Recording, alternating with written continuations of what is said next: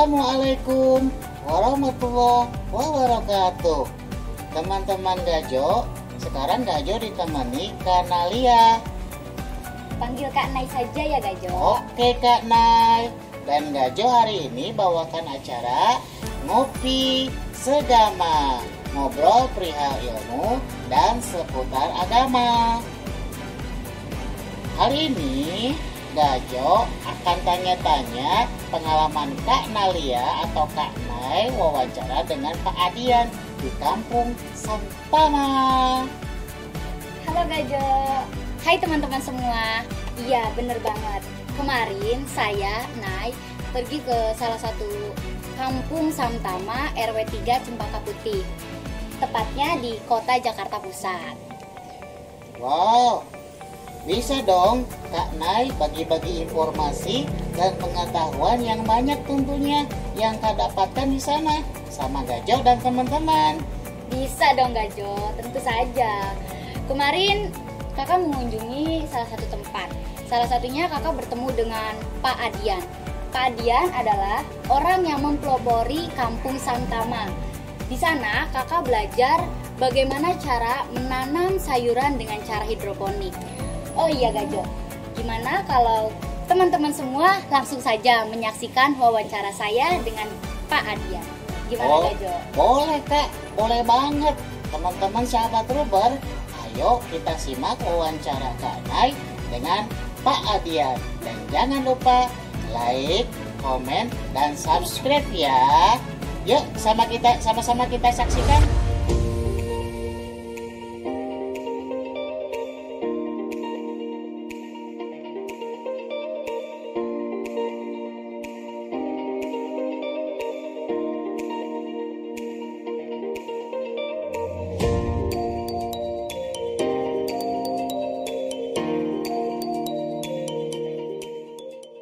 Halo teman-teman, kembali lagi dengan saya Nay di Ngopi Segama.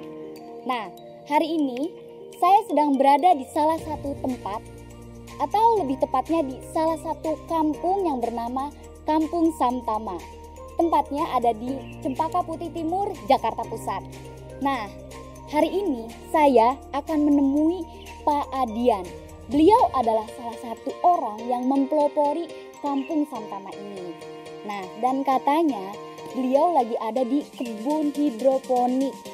Nah, teman-teman pasti penasaran kan? Saya akan memberitahu apa dan bagaimana hidroponik itu. Oke, ayo ikuti saya.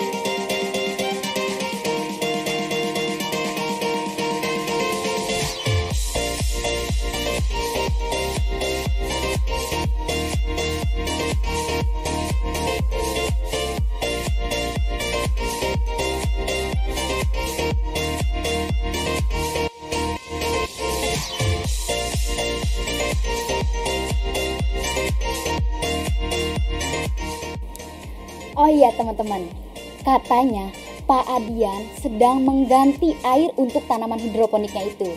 Nah, gimana kalau kita langsung ke sana aja?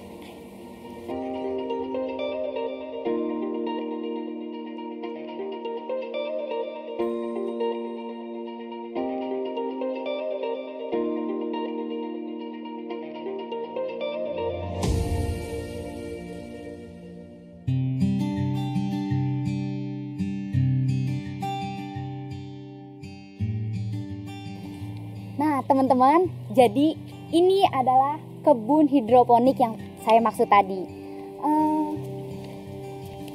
Wah, itu dia Pak Dian. Ayo kita ke sana. Pak Dian. Halo Pak. Iya. Bapak lagi apa? Iya, biasa lah lagi ngerawat tanaman. Oh, Gimana? sebelumnya perkenalan dulu. Saya Enai Pak. Iya. Tadi saya mendengar cerita kalau Bapak itu salah satu yang mempelopori tanaman hidroponik ini ya. Jadi saya mau ngobrol-ngobrol sebentar. Enaknya kayaknya sambil duduk deh Pak. Mau sambil duduk? Iya. Di mana terserah. Di sini ada banyak tempat. Nah di sana aja Pak. Oh, di sana aja. Iya, Ayo baik. silakan. Silakan duduk di sini. Makasih, Pak. Gimana? Saya duduk ya Pak.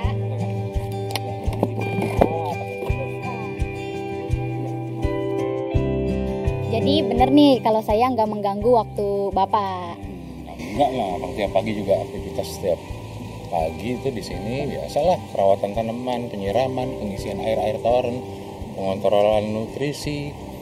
Itu emang udah berkala setiap pagi. Tadi kan Nay lihat ya Pak, Bapak lagi nuang-nuang air ya. Nah, kan kalau kita nyiram tanaman biasa yang kayak gini tuh bisa menggunakan air selang atau air apapun biasa ya. Kalau hidroponik ini memang airnya harus khusus. Ya, paling tidak dia mempunyai pH 5,5 sampai 6,5 pH-nya. Jadi ada ketentuan. Bukan berarti nggak boleh pakai air tanah, bukan nggak boleh pakai air PDAM, tapi kita harus tahu dulu berapa pH-nya. Nah, pH yang disarankan 5,5 sampai 6,5 pH-nya, pH airnya. Jadi kalau tidak sesuai dengan pH itu nggak bisa tumbuh atau gimana? Bukan nggak bisa tumbuh, tetapi pertumbuhannya nanti yang nggak sesuai. Bisa aja akan lambat, bisa aja kekurangan oksigen, bisa saja kekurangan kandungan nutrisi dalam air baku tersebut. Selain memang nutrisi memang harus dikasih. Nah, gini aja deh, kan biar lebih jelas ya Pak. Gimana kalau Bapak jelasin tahapan-tahapan cara menanam tanaman hidroponik itu? Hidroponik dimulai dari penyemaian benih untuk menjadi bibit. Kita ada di rumah bibit, itu ada tanaman yang sudah kita semai dan kita menunggu 10 hingga 14 hari sampai 4 daun sejatinya muncul. Nah, ketika 4 daun sejati tersebut muncul, baru kita pindahkan ke sistem atau ke modul. Nah, ini ada di belakang kita nih ada tanaman-tanaman yang sudah kita pindahkan. Ini bentuknya masih baby ya atau masih bayi. Nah, ini usianya sekitar 8 hari setelah pindah tanam. Nah, itu di sebelahnya juga ada, itu yang sudah mencapai 12 hari setelah pindah tanam. Jadi tahapan setelah pembibitan kita pindah tanam, dia akan mengikuti pertumbuhan sesuai dengan nutrisi yang kita udah tetapkan dan tentunya sinar matahari yang paling utama. Nah, ini yang akan membantu proses fotosintesis dan pertumbuhan pada sayuran hidroponik. Untuk masa panennya lebih cepat atau lebih lambat dan keuntungannya? Untuk tanaman hidroponik masa panen itu lebih cepat karena dia menggunakan sistem perputaran air, sirkulasi air yang dimana oksigen dalam airnya itu membantu selain ada nutrisinya juga sinar mataharinya. Keuntungan tanaman hidroponik kita memperoleh hasil tanam yang mengandung sayuran sehat tentunya karena dia mengandung banyak serat, mengandung banyak air juga vitamin tentunya. Nah, keuntungan lain tanaman ini lebih cepat panennya ketimbang tanaman yang ditanam di tanah atau konvensional. Nah, hidroponik itu pertumbuhannya lebih cepat 7-10 hari usia panen ketimbang tanaman yang kita tanam di tanah. Nah, tadi udah saya ceritakan bagaimana tahapan-tahapannya. Nah, kita bisa lihat tahapan yang sesungguhnya dari mulai penyemaian, pembibitan sampai saat tanaman itu sudah pindah tanam ke sistem. Ya, Ayo, mari. Silakan Pak. Ini rumah bibit di mana benih tanaman kita semai. Ini ada contoh semaian benih sayuran pakcoy. Ini usianya baru 2 hari. 2 hari kita semai. Nah, dia sudah mulai pecah benihnya. Nah, ini tentu kita tempatkan di rumah bibit untuk dijemur. Kalau ini Pak? Kalau ini udah memasuki usia 4 hari dari semai. Sama yang ini juga sudah masuk usia semai 4 hari. Jadi akan kelihatan ini tumbuh. Di sini sudah mulai tumbuh daun, tetapi ini belum merupakan daun sejati. Ada contoh daun sejati yang siap pindah tanam, ini seperti ini. Nah, ini yang kemarin sudah kita pindah tanam. Nah, tanaman yang sudah siap pindah tanam itu seperti ini. Nah, ini udah muncul 4 daun paling tidak. Ini daun sejati. Yang dimaksud daun sejati adalah daun sesungguhnya. Ya, walaupun masih kecil. Tapi kalau yang masih bulat ini belum. Nanti dia akan berubah seperti daun ini. Nah, ini yang udah bisa kita pindahkan ke modul atau ke sistem hidroponik. Nah, kita bisa lihat. Ya, kita bisa lihat setelah proses penyemaian, penjemuran. Nah, ini kita ada proses yang namanya pindah tanam. Mari kita lihat di modul atau di sistem hidroponik.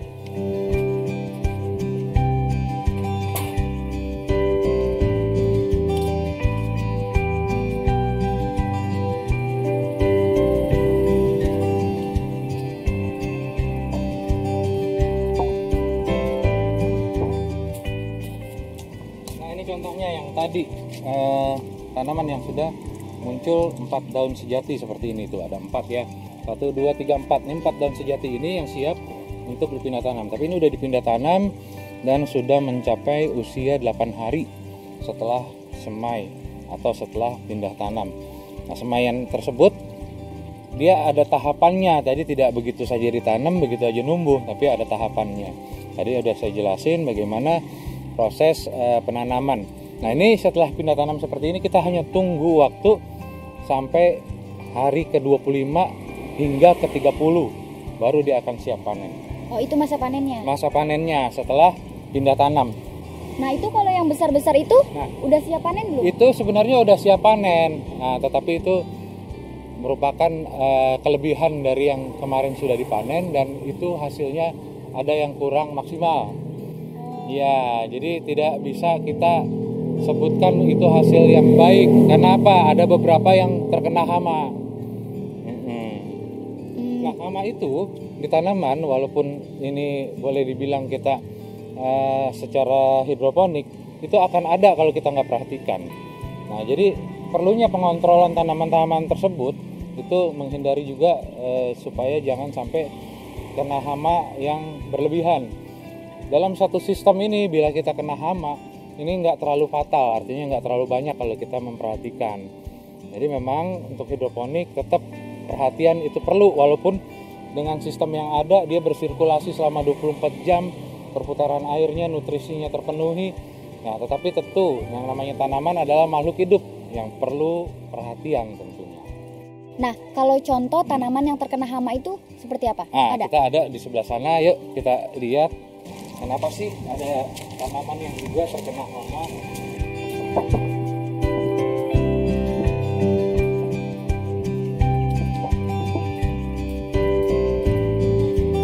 Contoh, daunnya dia menjadi berlubang. Nah, penyebab dari daun yang bisa seperti ini adalah bisa ulat daun, bisa juga belalang, bisa juga ada ini faktor hama lain seperti kutu daun. Nah, memang untuk tanaman hidroponik seperti ini kita enggak melakukan penyemprotan pestisida. Jadi artinya indikatornya ketika kita temukan daun yang berlubang, daun yang grepes, nah ini dia bebas pestisida karena makhluk seperti hama tersebut suka. Nah, ini kayak gini nih, daun-daunannya bolong. Nah, itu juga yang disukai oleh belalang. Nah, ini kayak gini nih belalang biasanya. Nah, dia memakan daunnya. Tapi ini bukan merupakan suatu kendala ya. Tapi memang kondisi tanaman-tanaman yang bebas pestisida itu kalau tidak kita perhatikan itu akan kena hama. Tapi ini tetap aman, maksudnya nggak apa-apa kalau dipanen gitu? Justru ini tidak masalah kalau untuk dikonsumsi. Cuman kalau untuk standar penjualan ini tidak masuk. Jadi ada beberapa contoh-contoh yang mana yang bisa untuk dijual, yang mana yang tidak. Nah, tapi masih layak untuk dikonsumsi. Nah, ini kan ada banyak jenis ya, Pak? Iya. Kebanyakan sayuran. Nah, kalau hidroponik ini cuman bisa menanam sayuran atau kacang-kacangan juga bisa? Enggak, jadi hidroponik sebenarnya semua jenis tumbuhan yang produktif itu bisa ditanam. Ini dengan menggunakan sistem paralon seperti ini hanya untuk sayuran daun. Kalau untuk sayuran buah seperti tomat, cabai, dan terong, itu sistemnya berbeda, namanya Dutch bucket. Begitu juga untuk buah hidroponik, dia sistemnya berbeda, tidak seperti paralon ini, dia ada namanya Dutch bucket, itu seperti bak atau ember satuan. Nah ini yang bisa bertanam secara hidroponik untuk tanaman sayur buah maupun sayuran buah hidroponik maupun daun ataupun buah hidroponik sebenarnya bisa. Nah tetapi yang spesifik kalau untuk Dutch bucket itu untuk buah dan sayur buah. Nah ini Nay menarik perhatian sekali. Ini jenis tanaman apa Pak? Nah ini masih keluarga sawi ya. Keluarga sawi itu terdiri dari lebih kurang cukup banyak, ada 30 jenis yang saya ketahui. Ini namanya fugui. Fugui ini masih keluarga sawi. Nah ini pakcoy. Pakcoy juga masih keluarga sawi. Nah jadi samhong pun sama, ini masih keluarga sawi. Ada samhong, ada pakcoy, ada fugui. Ada lain yang sama seperti ini, itu caisim, daunnya dia lebar. Batangnya panjang. Nah kayak macam-macam jenis sayuran itu tergantung keluarga juga. Tapi ini bisa kita satukan sistem penanamannya. Nah perlu diketahui bahwa menanam sayuran pun dalam hal sistem hidroponik itu nggak bisa sembarangan. Artinya harus yang satu keluarga. Tidak bisa, contohnya tanaman fugui ini kita gabungkan dengan selada, nggak bisa. Kenapa? Selada itu nutrisinya rendah. Kalau sawi keluarganya dan lain-lain seperti fugui, pakcoy, dan samhong, dia nutrisi kadarnya sedang. Artinya ketika digabungkan dalam satu sistem, nah ini nanti salah satu ada yang tidak sesuai. Contoh, kalau kita ingin melihat warna seperti ini di sawi, hijaunya pekat di fugui, dia nutrisinya standar. Nah, tetapi ketika di sebelahnya kita tanam selada, dampaknya ke selada akan menjadi pahit. Kenapa begitu? Pengaruh. Kenapa? Karena kandungan nutrisi yang diserap oleh tanaman tersebut berbeda. Nah, selada dia mempunyai nutrisi yang rendah. Nah, kalau kita belain seladanya tidak pahit, daun-daun ini tidak akan sehijau seperti ini, dia akan menguning. Gitu. Jadi harus diketahui penanaman selada harus khusus selada dalam satu sistem. Keluarga sawi boleh, bisa pakcoy berbarengan dengan fugui, bisa berbarengan dengan caisim, bisa berbarengan dengan samhong. Sekarang kita lanjutin. Iya, kita kembali dulu. Kita tadi seputar apa yang sudah kita lihat, mulai dari tahap awal penyemaian, pindah tanam, perawatan hingga proses panen. Nah, yang perlu digarisbawahi di sini adalah ketika kita melakukan pertanian perkotaan ataupun pertanian lainnya, itu lakukan dengan senang hati. Karena yang kita rawat adalah makhluk hidup.